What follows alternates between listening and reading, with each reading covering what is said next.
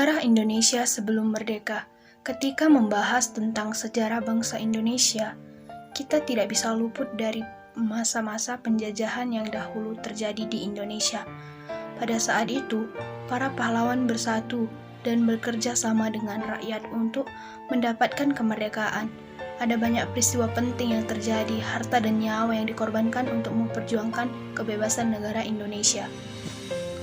Partai Komunis Indonesia, pahlawan revolusi Indonesia yang menjadi target penculikan PKI, dibunuh dengan cara yang keji karena difitnah akan melakukan makar terhadap Presiden pertama Republik Indonesia, Insinyur Soekarno melalui Dewan Jenderal.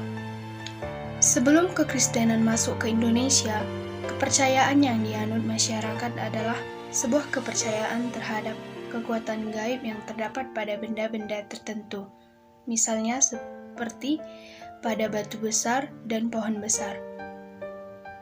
Realita gereja pada masa kini. Yesus Kristus menjadi realitas dan sekaligus dapat memperbaiki persoalan atau kondisi masyarakat di mana gereja berada untuk melayani sebagai komunitas yang memuji dan bersekutu bersama, dengan demikian mewujudkan kehadiran dan kasih Kristus. Pada masa kini, semakin banyak persoalan yang melanda Indonesia dan melanda gereja-gereja Kristenan. Radikalisme.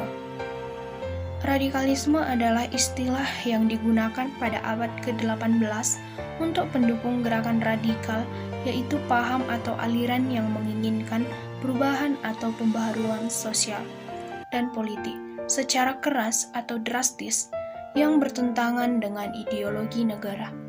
Sering menggunakan kekerasan untuk mencapai apa yang menjadi tujuan dan keinginan. Relevankah dasar teori Calvin? Johannes Calvin. Johannes Calvin adalah seorang pemimpin gerakan reformasi gereja di Swiss. Ia merupakan generasi yang kedua dalam jajaran pelopor dan pemimpin gerakan reformasi gereja pada abad ke-16. Tetapi peranannya sangat besar dalam gereja-gereja reformatoris. Gereja-gereja yang mengikuti ajaran dan tata gereja yang digariskan Calvin tersebar di seluruh dunia. Gereja-gereja itu diberi nama gereja Calvinis. Di Indonesia, gereja-gereja yang bercorak Calvinis merupakan golongan yang terbesar. Pandangan Calvin terhadap gereja dan pemerintahan. Calvin mengajarkan tentang pembenaran hanya oleh iman, sola fide, sama seperti Luther. Namun Calvin sangat menekankan penyucian, kehidupan baru yang harus ditempuh oleh orang-orang Kristen yang bersyukur karena Allah telah menyelamatkan mereka. Calvin menegaskan bahwa anggota-anggota jemaat yang berkumpul untuk mendengarkan firman Allah dan untuk ikut ambil bagian dalam perjamuan kudus haruslah suci. Disiplin gereja diawasi dengan ketat. Pengawasan atas tingkah laku anggota jemaat bukan saja dilaksanakan oleh penatua, tetapi juga oleh pemerintah, dewan kota.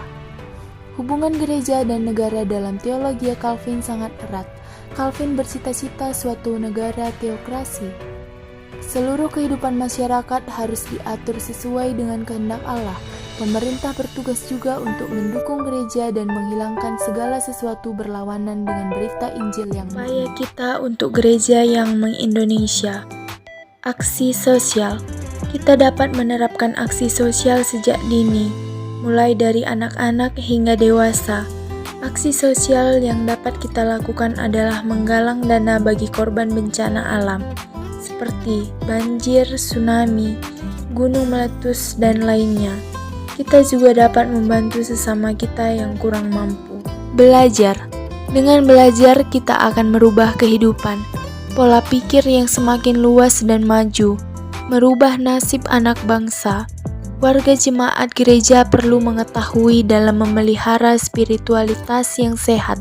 Orang memerlukan pembelajaran yang jujur dan benar untuk membimbing gereja berkembang dalam kehidupan jemaat.